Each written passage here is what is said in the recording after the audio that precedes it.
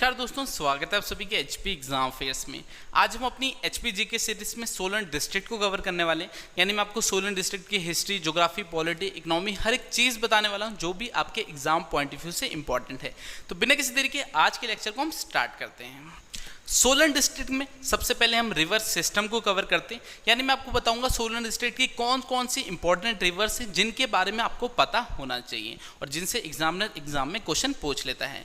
तो अगर मैं आपसे एक क्वेश्चन पूछूं कि हिमाचल की सबसे लंबी रिवर कौन सी है, तो मैक्सिमम स्टूडेंट्स आंसर सही देंगे, वो क्या है? सतलुज। तो सतलुज रिवर जो है वो हिमाचल की सबसे लंबी रिवर है। वो किन्नौर से हिमाचल प्रदेश में एंटर करती है, फिर शिमला और कुल्लू की बाउंड्री से भी ट्रेवल करती है और शिमला से जो है वो मंडी और सोलन की बाउंड्री से होते हुए बिलासपुर में जाती है और बिलासपुर से हिमाचल को छोड़ के पंजाब में चली जाती है। तो आप देखते हैं जो सतलुज रिवर है वो सोलन की बाउंड्री से भी ट्रेवल कर रही है और उसकी एक सहायक नदी है जिसका ओरिजिन सोलन में होता है, जिसका नाम है अली खड़।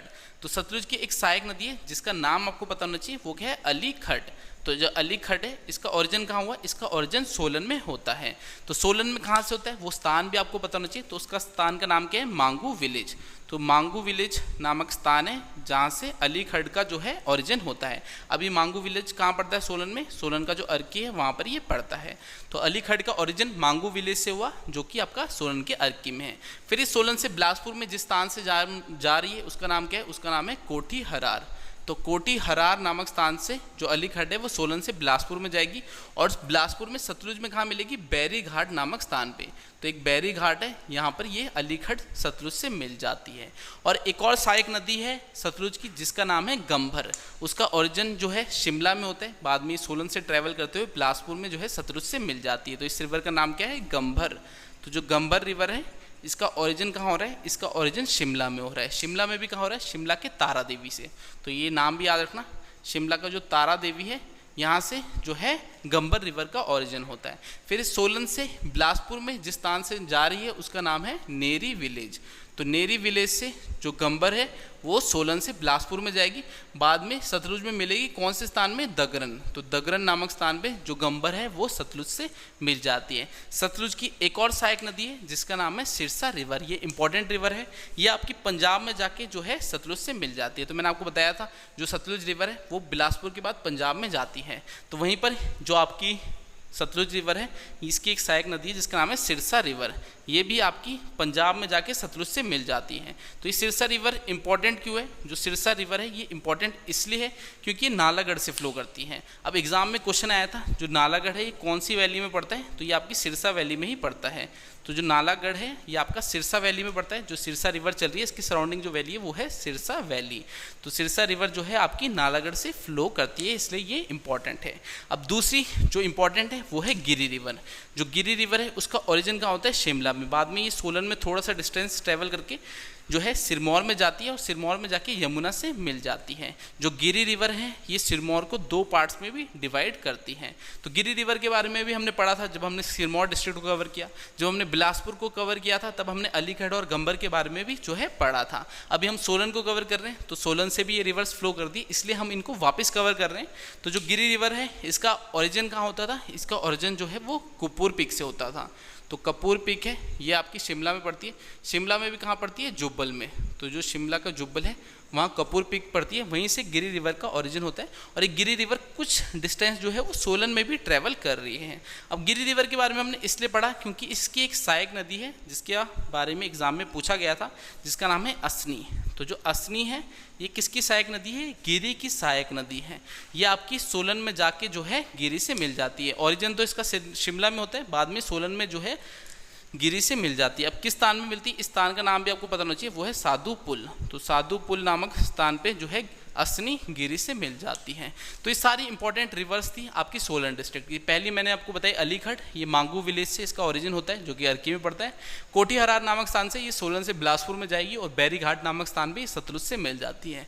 फिर गंभर रिवर है, इसका ओरिजिन तारा देवी में हो रहा है, सोलन से भी फ्लो करती है, नेरी विलेज से होके ये सोलन से बिलासपुर में जाएगी और दगरन नामक स्थान पर सतलुज से मिल जाती है। फिर सिरसा रिवर है, ये बहुत ही इंपॉर्टेंट रिवर है, ये आपकी नालागढ़ से जो है फ्लो करती है। गिरी रिवर है, ये भी कुछ डिस्टेंस जो है सोलन में जो है ट्रेवल करती है, इसकी एक सहायक नदी है जिसका नाम है असनी। तो ये आपका कंप्लीट रिवर सिस्टम था। अब हम अपना नेक्स्ट टॉपिक देखते हैं।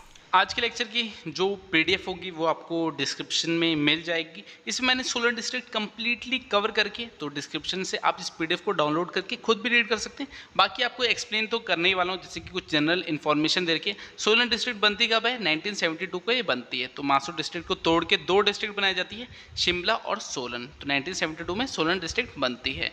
यहाँ की पॉपुलेशन ग्रोथ रेट है 15.93, जेंडर रेशियो 880 है, लिटरेसी रेट 83.7% है। तो ऐसे क्वेश्चन एग्जाम में नहीं आते कि डायरेक्टली आपको पूछ ले कि हाँ पॉपुलेशन ग्रोथ रेट कितनी है सोलन की बताइए। तो ये क्वेश्चन कब आएंगे? जब मान लीजिए आप हाई लेवल एग्जाम की तैयारी कर रहे हैं, एचएएस हो गया, नायब तहसीलदार हो गया, तो वहाँ पर आपको 4 डिस्ट्रिक्ट दे देंगे और कुछ परसेंटेज दे देंगे, बोलेंगे मैच करो कौन सी किस डिस्ट्रिक्ट की पॉपुलेशन ग्रोथ रेट है। तो थोड़ा सा आइडिया होना चाहिए, बाकी डायरेक्टली ऐसे क्वेश्चन नहीं आते।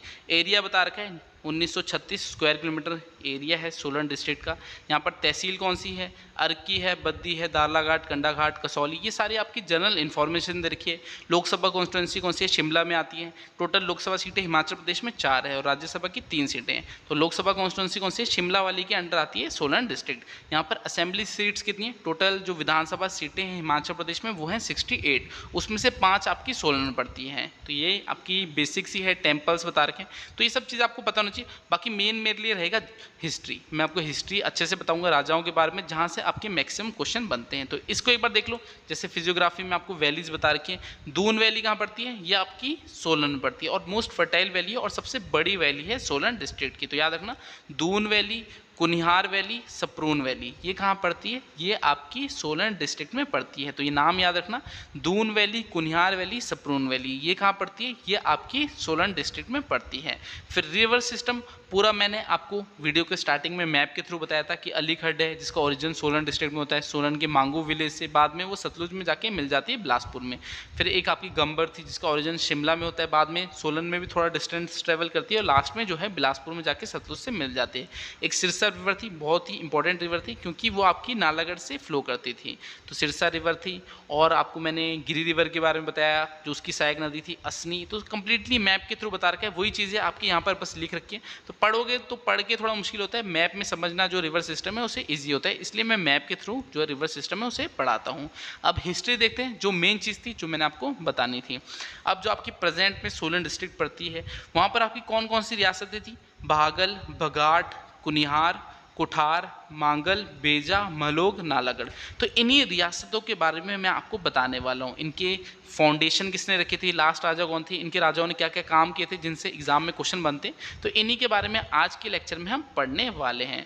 15 अप्रैल 1948 को जो बघाट है, बागल है, कुनियार है, कुठार है, ये सारी रियासतें आपकी मासूर डिस्ट्रिक्ट में मिला देते हैं। तभी मैंने आपको बोला 1972 में क्या होता है, मासू का कुछ एरिया से आपकी सोलन डिस्ट्रिक्ट बनती है और कुछ से शिमला बना देते हैं। तो जो आपका ये वाला एरिया बघाट, बागल, कुनियार, कुठार, ये रियासतों वाला एरिया, इससे आपकी सोलन बनती है 1972 में। और जो नालागढ़ है उसे जब हिमाचल प्रदेश अस्तित्व में आता है 15 अप्रैल 1948 को, उस समय जो नालागढ़ है उसे कहाँ मिलाते हैं? उसे जो है पंजाब में मिला देते हैं। बाद में 1966 में जब पंजाब का पुनर्गठन होता है तो नालागढ़, कंडाघाट जो एरिया है ये आपके पंजाब के अम्बाला तहसील डिस्ट्रिक्ट में पड़ते थे, वहाँ से उठा के इन्हें हिमाचल में मिला देते हैं। कब? 1966 में। तो यही चीज़ें यहाँ पर बता रखी है। जैसे कि आप देख सकते हो जो नालागढ़ है उसमें जो अम्बाला डिस्ट्रिक्ट में आती थी नालागढ़ और कंडाघाट है, इसे 1 नवंबर 1966 को हिमाचल में मिला देते हैं। और 1972 को जो आपकी सोलन और अर्की तहसील है ये कहाँ पड़ती थी? ये मासू में पड़ती थी। और कंडाघाट और नालागढ़ है, इनको मिला के जो है 1972 में जो है सोलन डिस्ट्रिक्ट को बनाया जाता है। तो सबसे पहले जो रियासत है वो कौन सी है? वो है बघाट रियासत। तो बघाट रियासत की जो स्थापना है वो किसने की थी? वो की थी बसंत पाल ने। तो ये नाम याद रखना, बघाट रियासत की स्थापना किसने की? बसंत पाल ने। एग्जाम में क्वेश्चन क्या आया हुआ है कि जो सोलन है वो किसकी कैपिटल थी? तो वो बघाट रियासत की कैपिटल थी। तो ये भी याद रखना, बघाट की कैपिटल कौन थी? सोलन। जो आपके सोलन शहर है, सिटी है, आज के टाइम पे आप देख रहे हो, किसकी कैपिटल थी? वो बघाट रियासत की कैपिटल थी।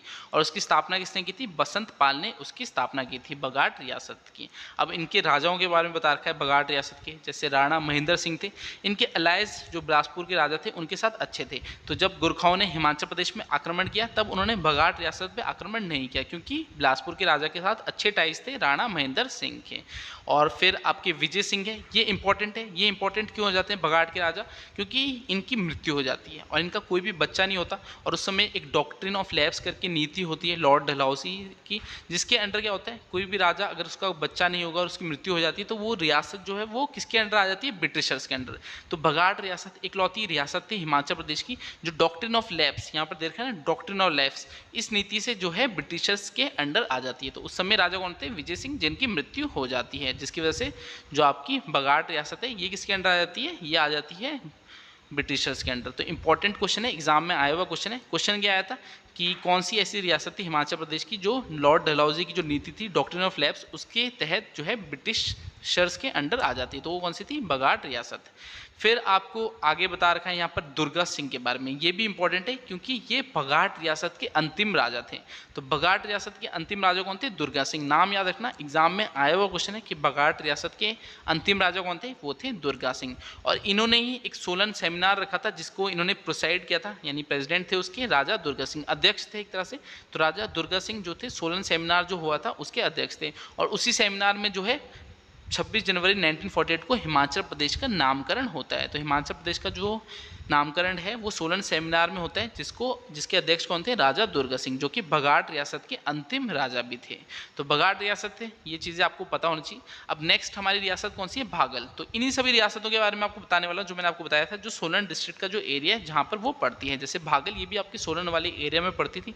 अब इसकी स्थापना किसने की थी? अजय दे ने की थी। तो अजय दे, ये क्वेश्चन भी क्लर्क के एग्जाम में आया था कि भागल रियासत की स्थापना किसने की थी? तो अजय दे ने की थी। और जो भागल रियासत है उसकी कैपिटल कौन सी थी? अर्की थी। तो अर्की किसने कैपिटल बनाई थी? वो बनाई थी राणा सभाचंद ने। तो राणा सभाचंद ने भागल रियासत की जो कैपिटल थी उसे अर्की को बनाया था। तो अर्की को कैपिटल भागल की किसने बनाया? राणा सभाचंद ने बनाया था। तो सारी चीज़ें पीडीएफ में दे रखी है। अब आपको जल्दी जल्दी पढ़ा रहा हूँ तो एकदम से तो आपको याद ये नहीं होगा, इसलिए पीडीएफ मैंने डिस्क्रिप्शन में दे दिया। खुद रीड करोगे, रिवीजन करोगे तभी चीज़ें याद होगी, क्योंकि इतने सारे राजा हैं। अभी सोलन की बात कर रहे हैं, शिमला की बात करेंगे, कांगड़ा की बात करेंगे, तो दुनिया भर के राजा मिलेंगे। तब आपको याद करना मुश्किल हो जाएगा अगर वीडियो देख के आप ऐसे याद करोगे। खुद रीड करोगे, नोट्स बनाओगे, तब जो है चीज़ें ज़्यादा अच्छे ढंग से आपको जो है याद होगी। अब यहाँ पर जगत सिंह का नाम दे रखा है। तो जगत सिंह जो है इनके टाइम में जो गोरखास होते हैं वो अटैक कर देते हैं जो आपकी भागल रियासत है उस पे। तो भागल रियासत पे अटैक करते हैं और उस पर कब्जा करते हैं 1803 से लेके 1815 तक। और जो अर्की होता है उसे अपना हेडक्वार्टर बनाते हैं गोरखास। बाद में 1815 में जो है उन्हें हरा देते हैं ब्रिटिशर्स और जगत सिंह को उनका जो किंगडम है यानी भागल रियासत है वो सौंप देते हैं वापस जो ब्रिटिशर्स होते हैं। किस लिए सौंपते हैं? ताकि बाद में अगर कभी वॉर हो तो वो उनकी हेल्प करें। तो इस शर्त में जो है उन्हें उनका किंगडम वापस दे दिया जाता है। फिर किशन सिंह होते हैं, ये भी आपके भागल के राजा होते हैं जो आपके जो रेबेलियन होता है, जो विद्रोह होता है 1857 का, उसमें ब्रिटिशर्स का साथ देते हैं और उन्हें एक टाइटल मिलता है राजा का जो ब्रिटिशर्स देते हैं। तो किशन सिंह भी भागल के राजा होते हैं जो 1857 में ब्रिटिशर्स का साथ देते हैं। नेक्स्ट हमारे लास्ट राजा कौन थे भागल के? वो थे राजेंद्र सिंह। तो राजेंद्र सिंह ये भागल के राष्ट्र राजा थे। जो अगली रियासत है वो है कुनिहार रियासत। तो कुनिहार की स्थापना किसने की थी? वो की थी अभोज देव ने। फाउंडर कौन है कुनिहार रियासत के? अभोज देव। ये भी नाम याद रखना, अभोज देव ने कुनिहार रियासत की स्थापना की। और कुनिहार की कैपिटल कौन सी थी? वो थी हटकोटी। तो अभोज देव ने जो है कुनिहार रियासत की स्थापना की थी और कुनिहार की कैपिटल थी हटकोटी। नेक्स्ट जो रियासत है वो है कुठार। तो कुठार रियासत की स्थापना सूरज चंद ने की थी। तो जो फाउंडेशन रखी थी उनका नाम तो पक्का याद रखना, इनका जो है ऐसे आपका नाम पूछ सकते हैं। जैसे कुठार रियासत की स्थापना किसने की? सूरज चंद ने की। महलोग रियासत है, तो महलोग रियासत जो है इसकी स्थापना किसने की थी? इसकी स्थापना बीर चंद ने की थी। तो बीर चंद थे, इन्होंने महलोग रियासत जो है इसकी स्थापना की थी।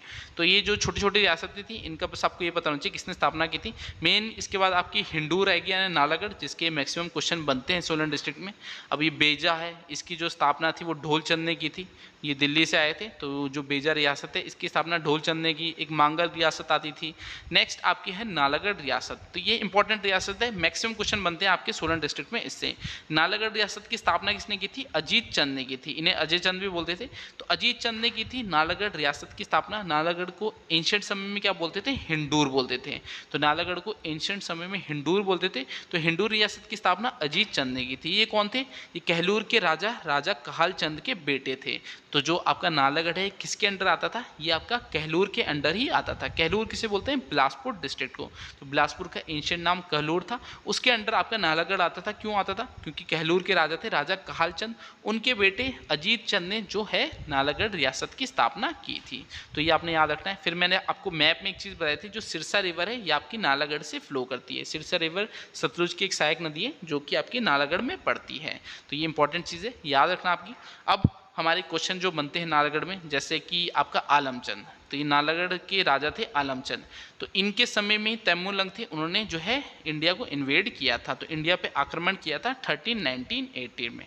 ठीक है, 1398 में जो तैमूरलंग थे उन्होंने इंडिया पे हमला किया था और आलमचंद ने उस समय उनकी हेल्प की थी। इस वजह से जब तैमूरलंग वापस लौट रहे थे उन्होंने उनके किंगडम को हार्म नहीं किया था। तो क्वेश्चन क्या आएगा, तैमूरलंग ने जब भारत पर आक्रमण किया तो उस समय हिंदूर के राजा कौन थे, तो वो थे आलमचंद। तो ये नाम याद रखना।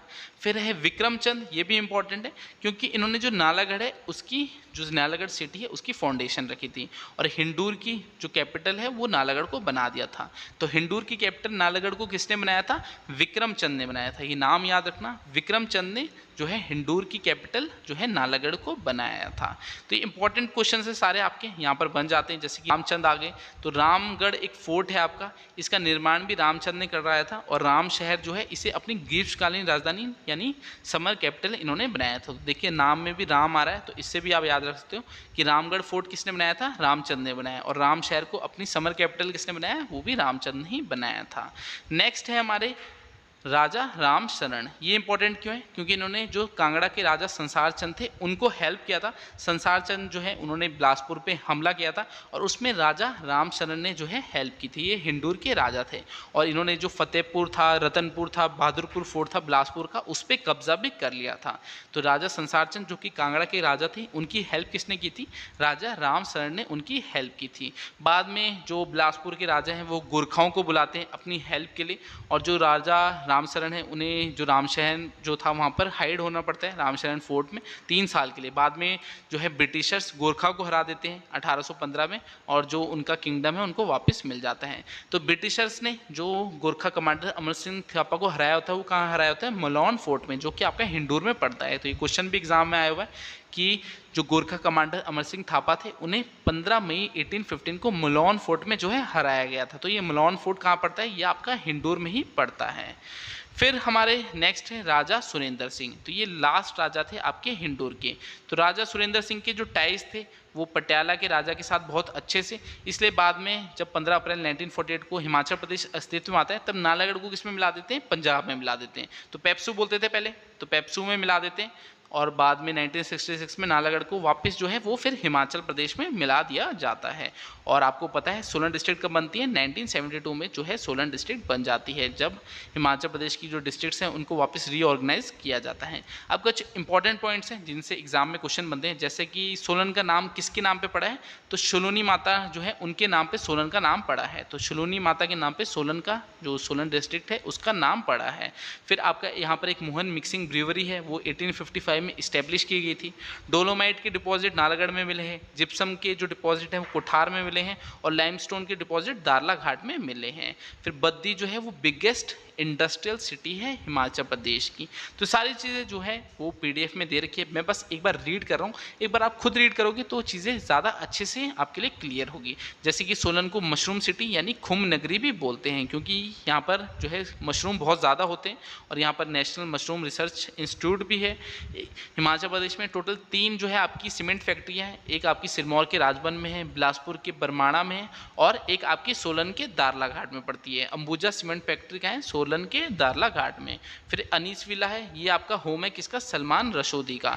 ये जो सलमान रशोदी है ये बहुत ही फेमस नॉवलिस्ट थे।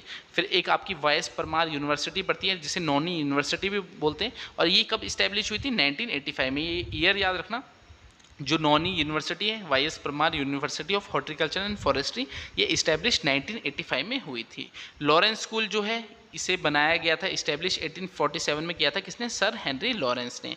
फिर चैल है, ये आपकी महाराजा ऑफ पटियाला का जो है समर कैपिटल भी था चैल, और यहाँ पर दुनिया का सबसे ऊंचा हाईएस्ट जो है क्रिकेट ग्राउंड भी है।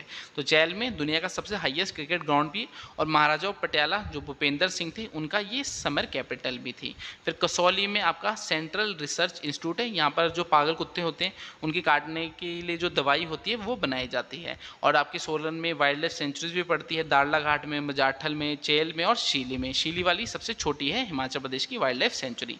तो ये कुछ इंपॉर्टेंट पॉइंट्स थे, पीडीएफ को डिस्क्रिप्शन से डाउनलोड कर लेना, बाकी थोड़ा मैंने आपको एक्सप्लेन कर दिया है। तो सोलन डिस्ट्रिक्ट ज़्यादा टफ नहीं है, बाकी आप एक बार रीड करोगे तो आपके लिए कवर हो जाएगा।